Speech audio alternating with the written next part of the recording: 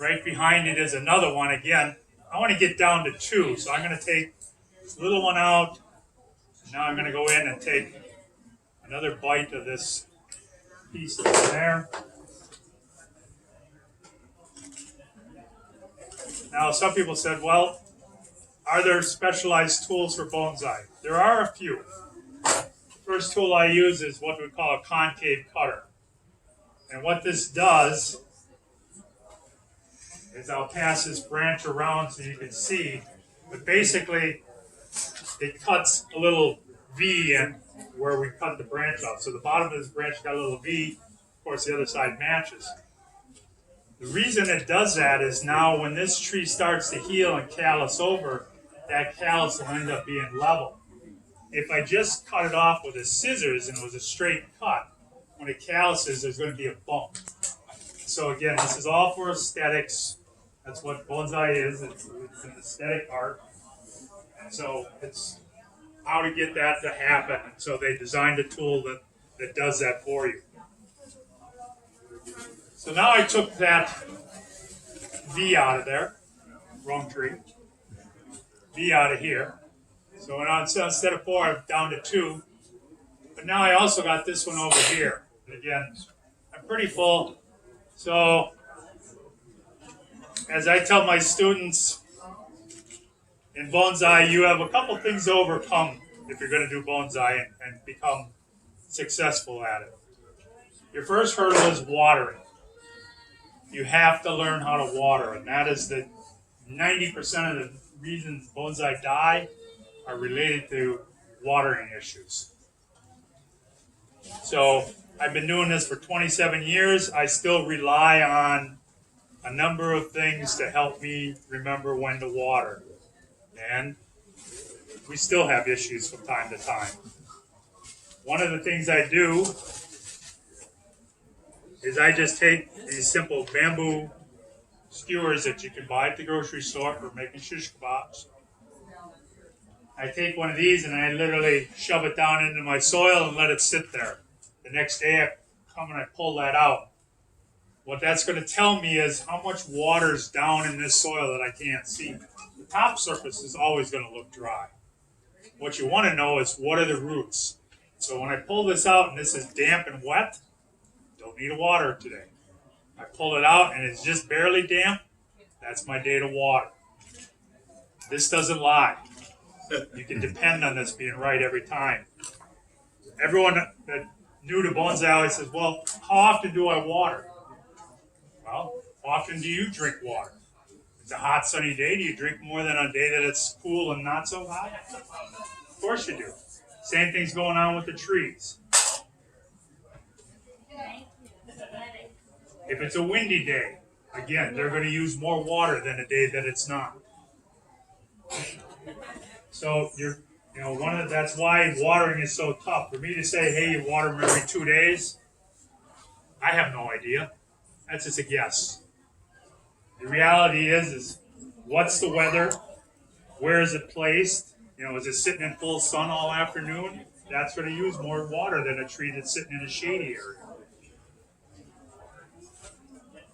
So doing bonsai is really not a whole lot different than having pets or a kid. You got to be watching them all the time and figure out what needs to be done.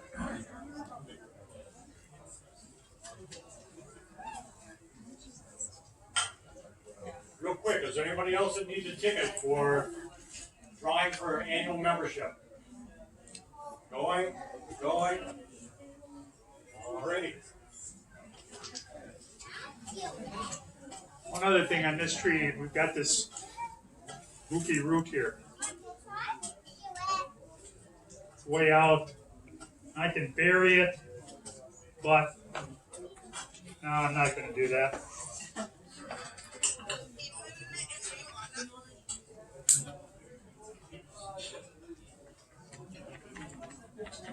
I'm going to take that root out of here.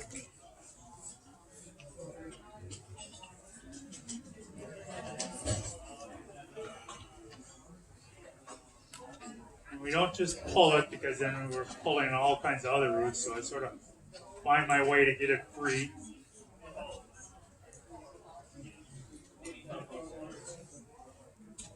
So that's how much roots were on that one root. Is it going to make a difference with all that's left? No. Reach in there, grab one, please. Thank you, sir. Hey, blue ticket. No one's laughing. Last three digits are 336. Okay. What I'm going to do now is I'm going to put some stuff on here called cut paste. So where I've made these cuts, the tree is going to start to heal there and callus over. What this cut paste does is help this tree, just like us putting a Band-Aid on. What has to happen in the tree is all these cells are now open to the air. And so the tree has to figure out what cells am I going to close off and start healing. If we don't do this cut paste, it could, on certain trees, that dieback could be half an inch or an inch further down before the tree finally gets control of what's going on. So by putting a little cut paste on there, what we do is we let that tree sort of, it can heal up a little closer to where the cut is and start callusing over. We also have some hormones that are typical in the trees that help the callusing happen.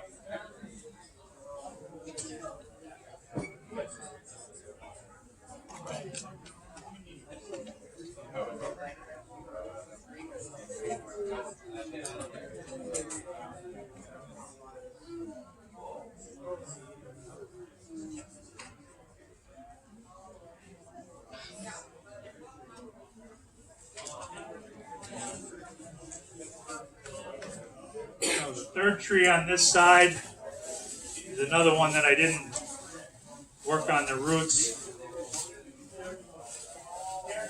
So when these guys are growing, this is a prime example. That's the root ball is exactly the size of the pot it came out of. There are some screens in here and some wire in here that are holding this all together. So we're going to quickly see if we can get at it.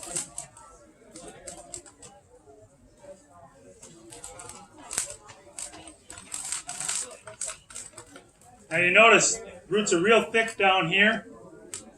When we grow trees in a pot, that's the first thing to happen. The roots go down to the bottom of the pot, propagate there, and then they start propagating around the sides. Why do they do that? That's where it's wettest, that's where it's warmest. So the roots always go where it's wet and warm. The last place they populate is right underneath the trunk of the tree because that's the coldest part of the tree. So the roots are that's the last place that they will fill themselves in.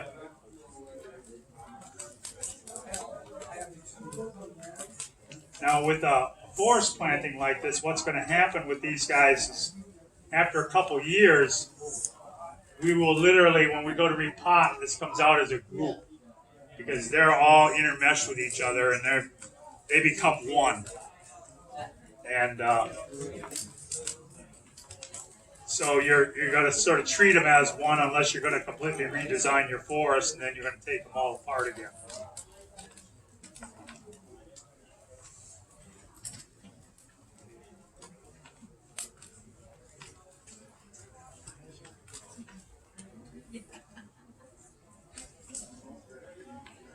So, see, there's one of the wires that tied it in.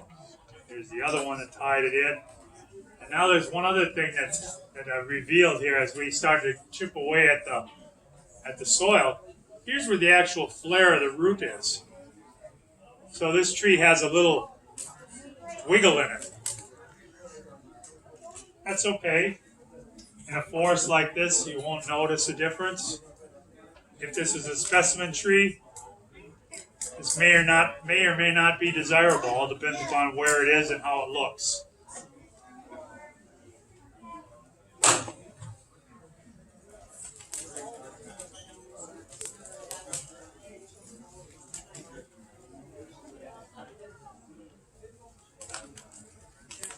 Yeah, the other disclaimer I would give you guys is if I was doing this at home and at my leisure, this would probably be about a 4 or 5 hour process. So you're getting the very condensed version. As I said, we prepared the pot, prepared most of the trees, so we don't have to spend that time that I'm spending on this one. But I wanted to show you doing a couple of them so that you can see what's involved. Again, very thick mat of roots here at the bottom. There are some screens in here that I'm trying to get out. There's one. There's the other one. What were those screens in there for? The screens are in there, and they go over the bigger holes, so they're there to keep the soil from falling out the bottom of the pot.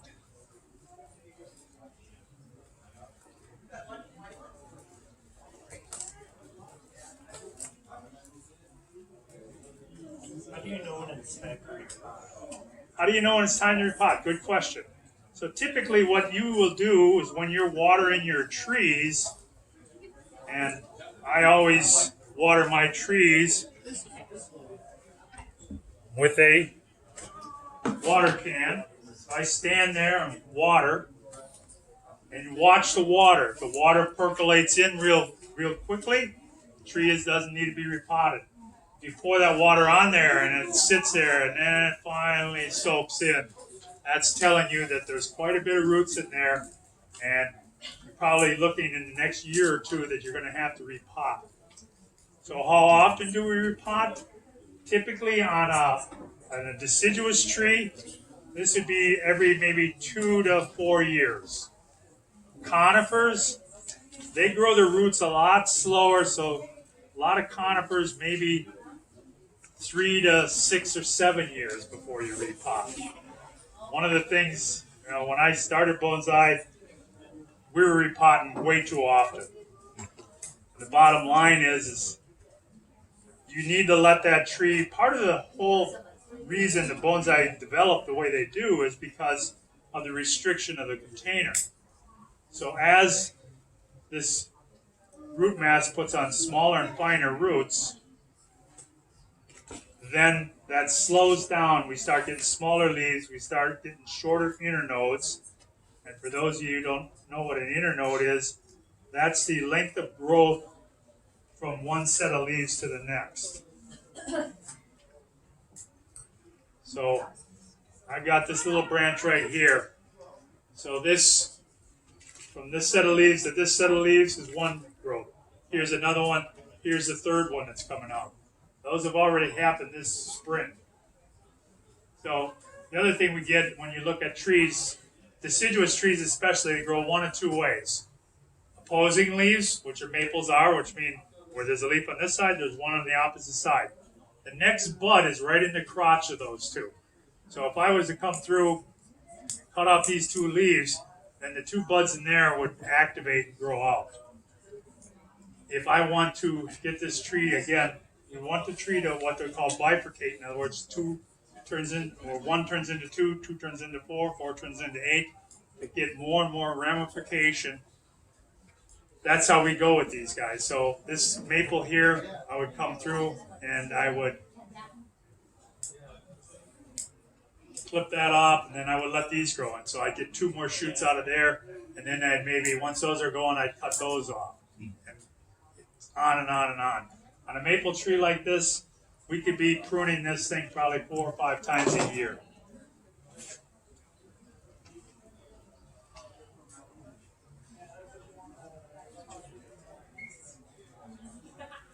Again, so what I'm looking for is a nice shallow pad, which I'll be able to get into here. And the whole thing with, and I'll be doing some final adjustments on these, is I don't want to get these trees in rows. I want you to look in, and every tree you can see the trunk on their own.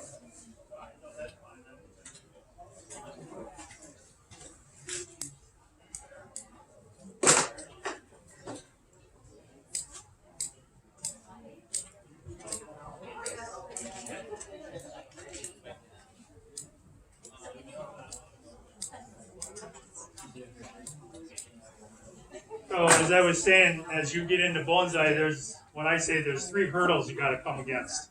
One is watering. That's your first big hurdle to learn how to water and do it properly and have your health of the tree. The second one is cutting. I have many students over the years. They're afraid to cut. If you're afraid to cut, things are not going to develop as quickly as you'd like. You have to cut. Cutting, cutting just says to the tree, "Oh, I don't have enough energy with what I've got. I need to put out more." So we're giving it that signal saying, "Go to work. It's time to put out some more foliage because what you got isn't quite enough." The third thing is wiring, as you saw in these branches here. If you want to get fine, refined bonsai, you are going to have to wire branches at some point in time to get things to be where you want them to be and to look the way you want them to look. And if you don't wire, it won't happen. You can read all you want about clip and grow. The problem with clip and grow, it's more intense than wiring. Clip and grow means you're out there multiple times a week clipping off a leaf here and there so that the tree moves in the direction you tell it to. Not liking my wire position on this one, so I'll change that.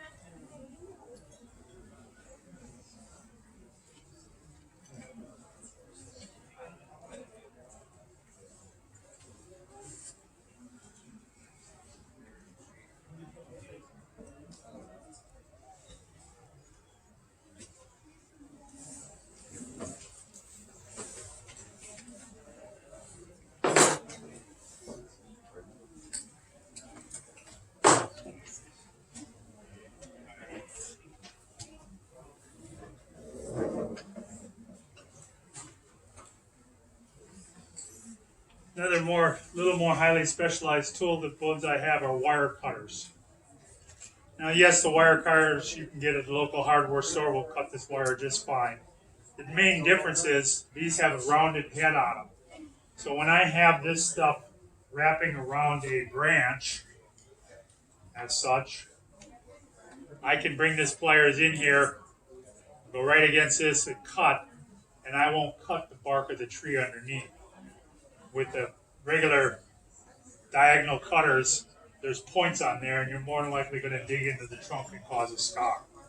The other thing is the leverage point. You got very short jaws here and a long handle.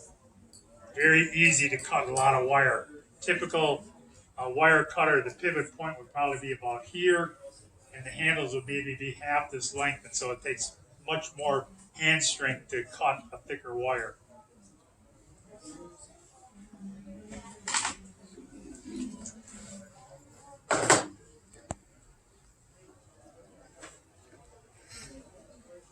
Are these plants started from seed or cuttings?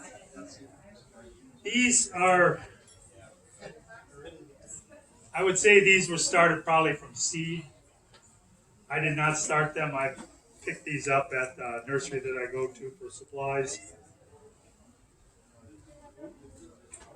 And as I tell people, it's at this point in my life, I don't have time for seedlings. Although I shouldn't say that because I used to go to conventions around the country, and I would always meet this gentleman I met out at the California conventions a couple times. And that gentleman was in his 90s and was still planting seeds. And I told him, I said, "Well, you are the eternal optimist."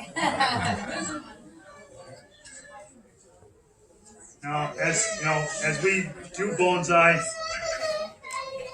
the question, we start cuttings or seeds, or we may start with a nursery tree that we have worked with. Example, we might start with a much bigger tree. As you've gone around here, you may have seen the ginkgo over there. That was a 30-foot tall tree at one point in time. We cut it off. It was about 4 foot tall after we cut it off. After it started putting out branches, then we decided that it still was one of the better shoots came out a little bit lower, so we cut another foot off of it and then regrew all the branches. So here's another tree, again, a lot of different trunks in here. So what I'm going to do is, first one I'm getting rid of is that one. And then I've got, up here, I've got 1, 2, 3 in there. I got one that's going to the inside. And so I am going to take care of that one.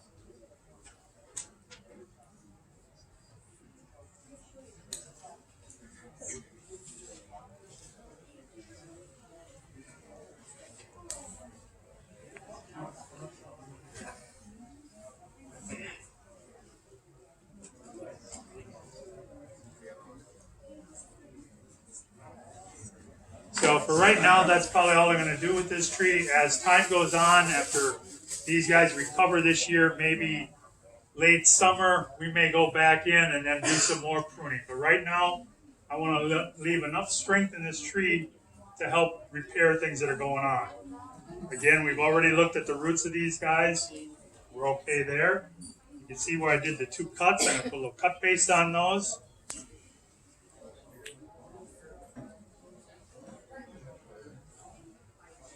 Now this cut paste basically air hardens over time. Also, as I'm putting this all together, I'll eventually have it all over my hands. And then I'll have to put some more on it later on. But right now, that's what we're going to do.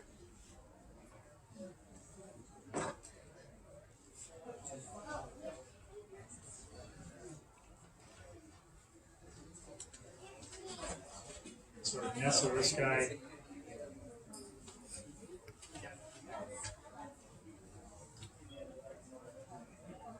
in behind its bigger brother. This I cut base already up.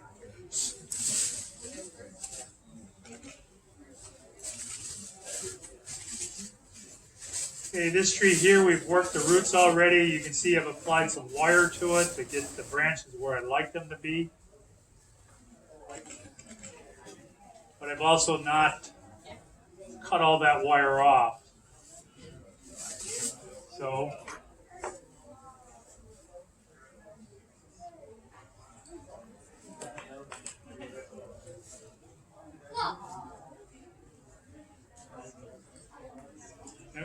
what this wire allows me to do is I can physically take this branch and just about put it anywhere I want.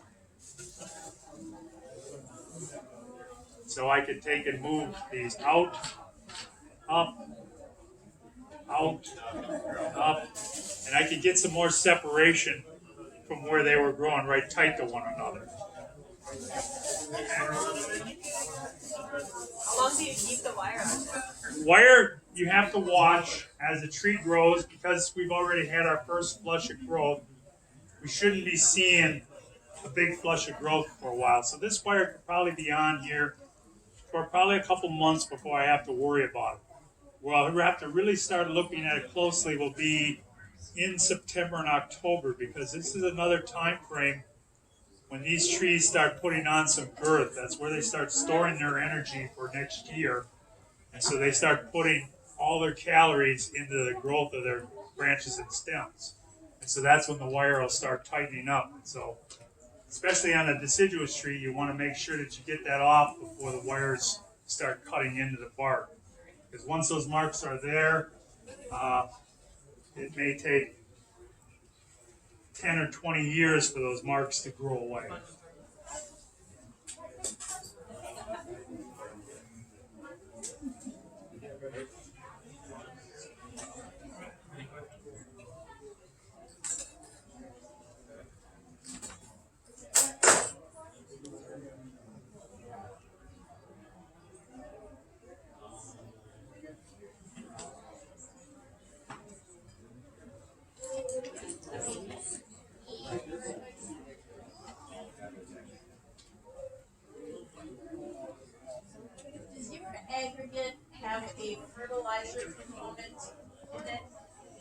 No, our soil is basically benign in that case.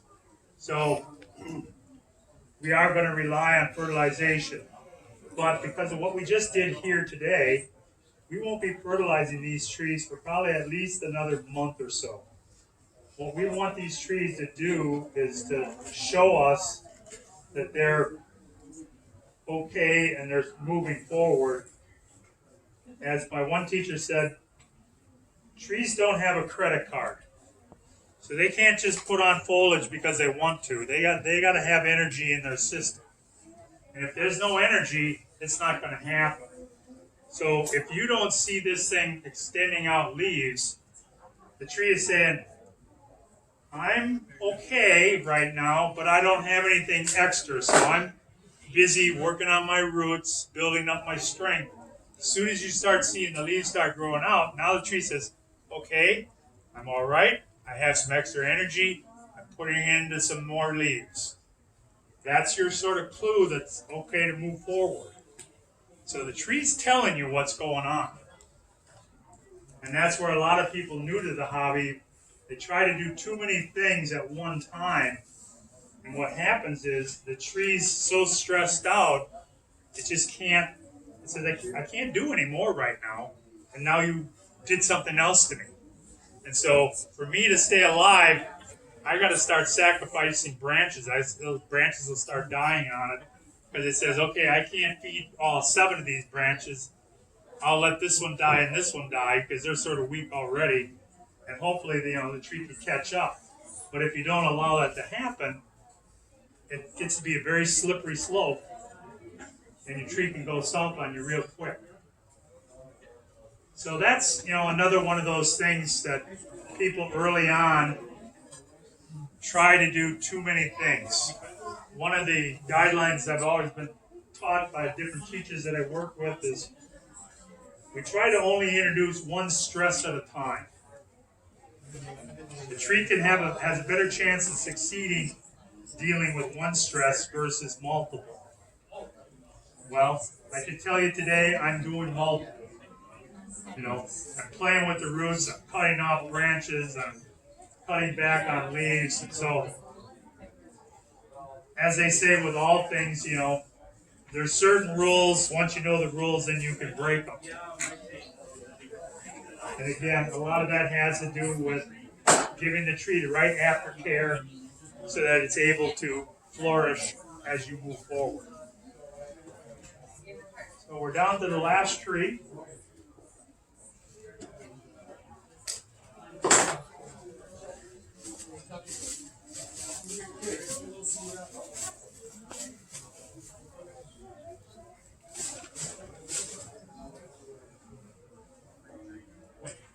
So once again, we got a flyer root up here, way high on this tree.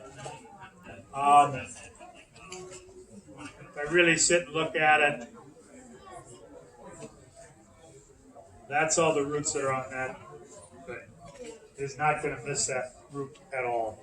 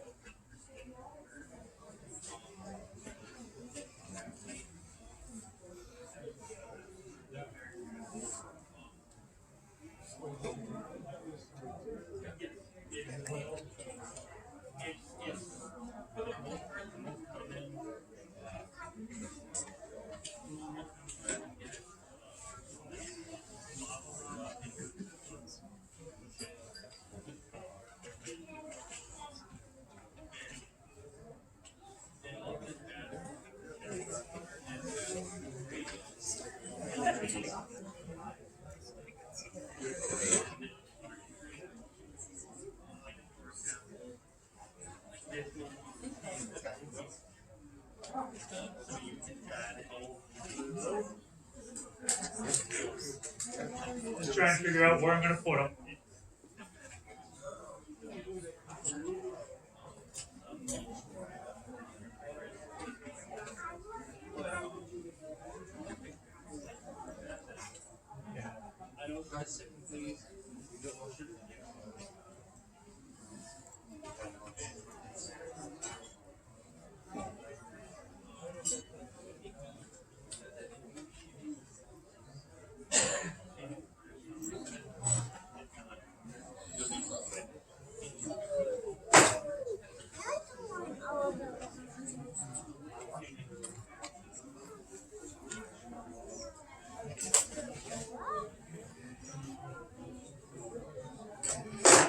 to get this last one in here, we'll start putting some soil in, and that will start to solidify a little bit more of where we're going with this guy.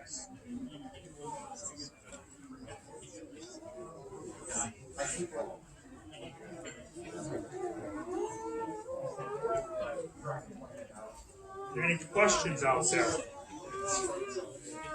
One thing about the wire that you're putting on there, does the wire affect the plant? It will over time, but typically in 2-3 years, we'll be repotting this again, so those wires will be cut off. The other thing we can do is once we know that these really start getting stable on their own, we can cut the wire so that it doesn't girdle things as time goes on. So it's sort of a temporary, about the first year or two, it really helps the tree settle in and stay in place. But after that, then we can move things around.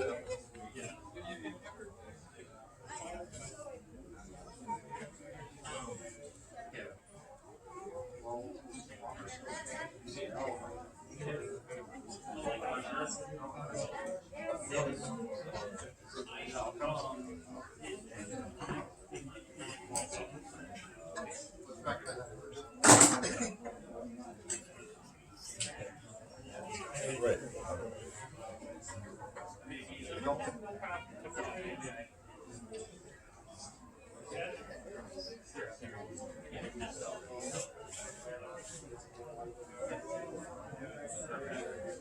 All right, I'm somewhat happy with. I can look into that and I can see all the trunks. Nobody's hiding directly behind another one. Before you put the soil in, can I get to look down into there? Sure.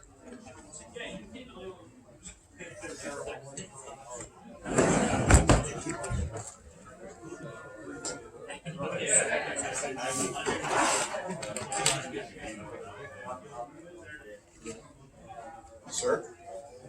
How did the wire that you're anchoring things, how did that get? How does that what? The wire that you're anchoring, this is in the pot originally, Right.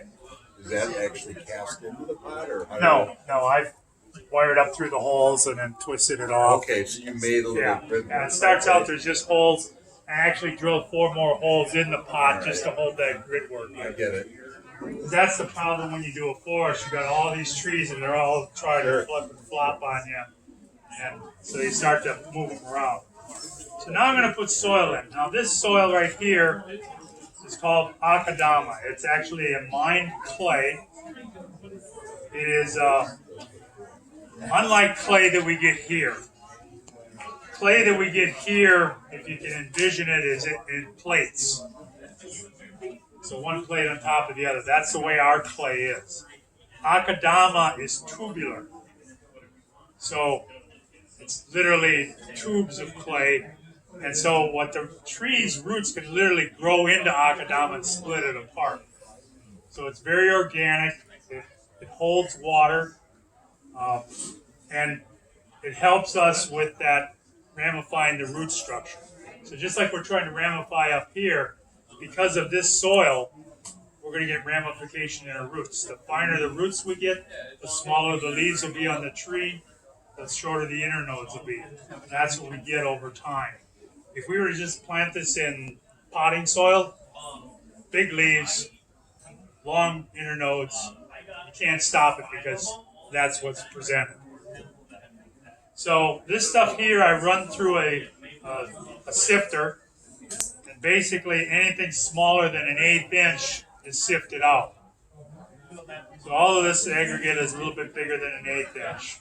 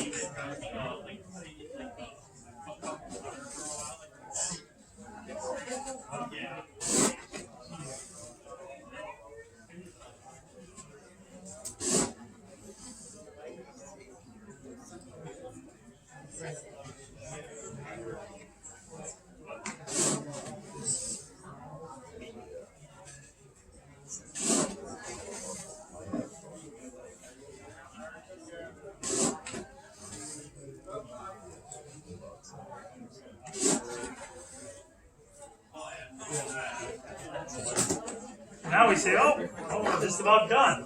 No, you're just getting started. Now the work starts. Now the thing I have to do now is get all this soil intermixed with those roots. So what I do is I take some, again, these are bamboo. These are made from construction round bamboo. So this bamboo starts out about this big around. We split it down the center and create smaller bamboo chopsticks, as we call them. The outer surface of bamboo is very, very hard. The inner side is softer, so we sand them down and then we put the bullet train nose on them. The reason we do that versus the regular chopstick is, my regular chopstick is, here it is. This is round all the way around. So when I have a pile of soil and I take this chopstick, it's pushing it in every direction. When I take this chopstick, it's pushing the majority of the soil in a direction. And so we get better compaction going on. So as you're going to see, it's piled up here, and I'm just going to do some very light chopsticking, and you'll just see the soil just disappear.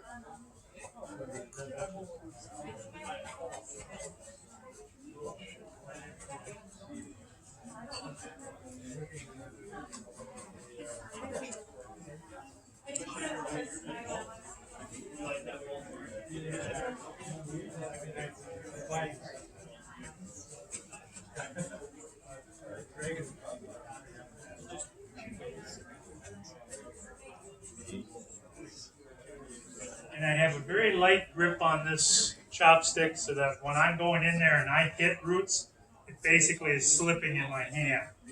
I'm not, as I tell people, I'm not Norman Batesing it. It's gentle. We're working the soil in amongst those roots.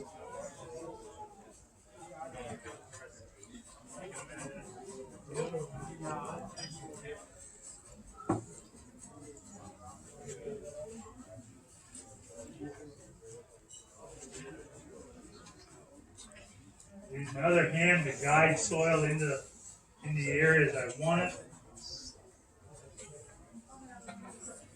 Now I know it doesn't pay for me to do any chopsticking in here because that's empty in there, so I'm not worried about that center. What I'm worried about are the edges of these two bigger trees here. Getting that soil worked into their root balls.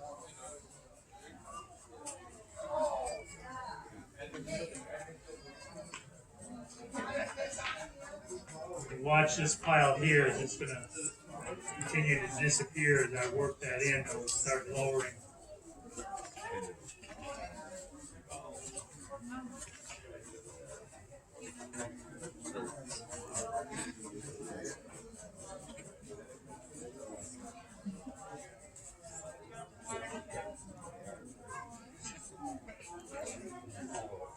Now I've sort of done a loose, what I call a loose bulk fill. So now my trees are a little more stable.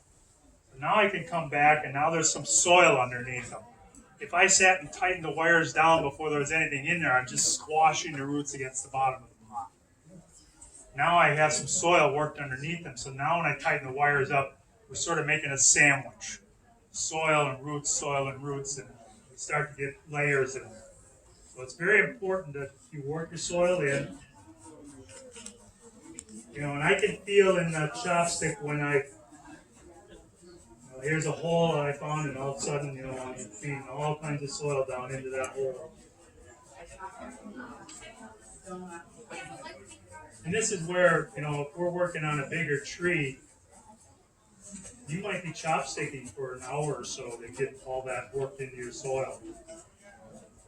What we're trying to do is fill all the voids so we don't have any air pockets.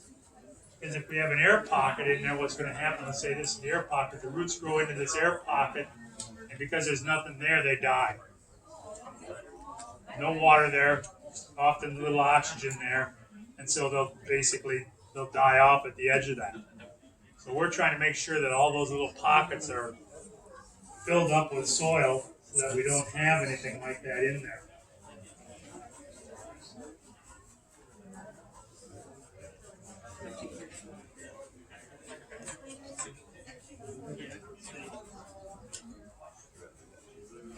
as I tell my students, repotting a tree is sort of like open heart surgery for us.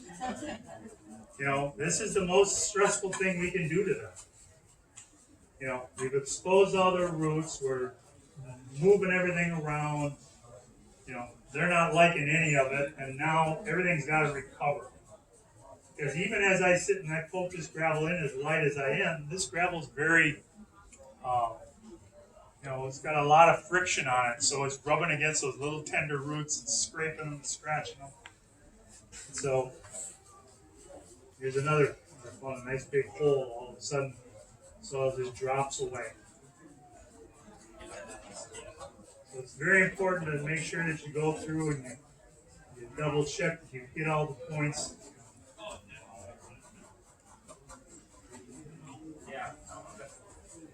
Then when we've done that, then we can go back in, refill a little bit of soil here and there, and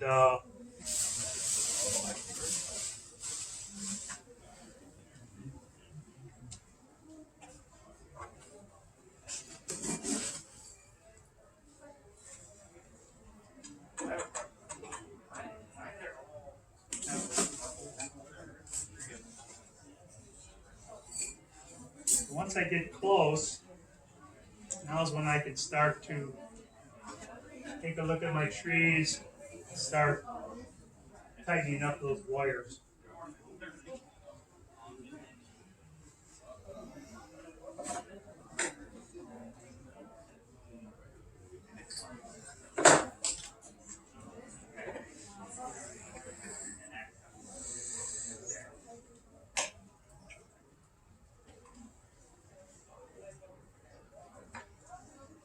Once I have that where I want it, then I sort of tuck that wire back into the soil.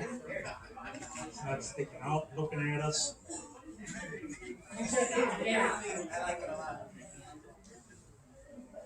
This tree is fairly sturdy in there.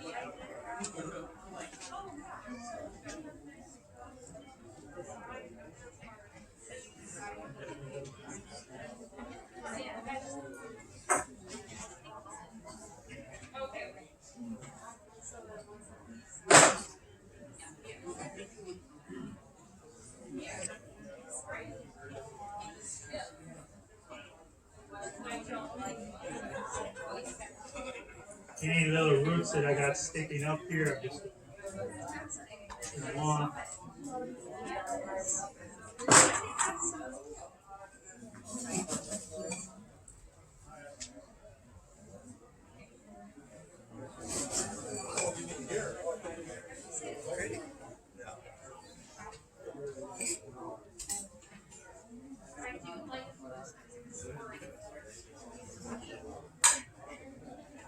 Just going around each tree now and finding that wire, snugging it up.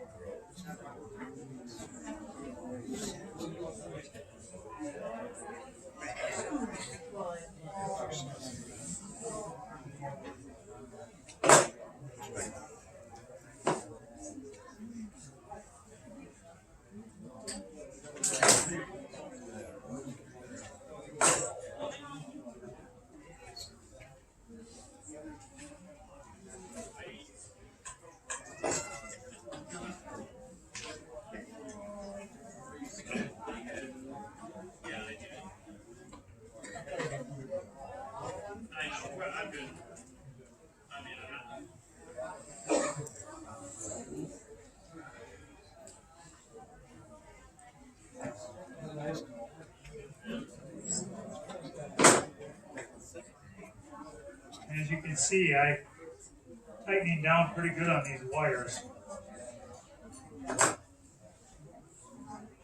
Again, what we're trying to do is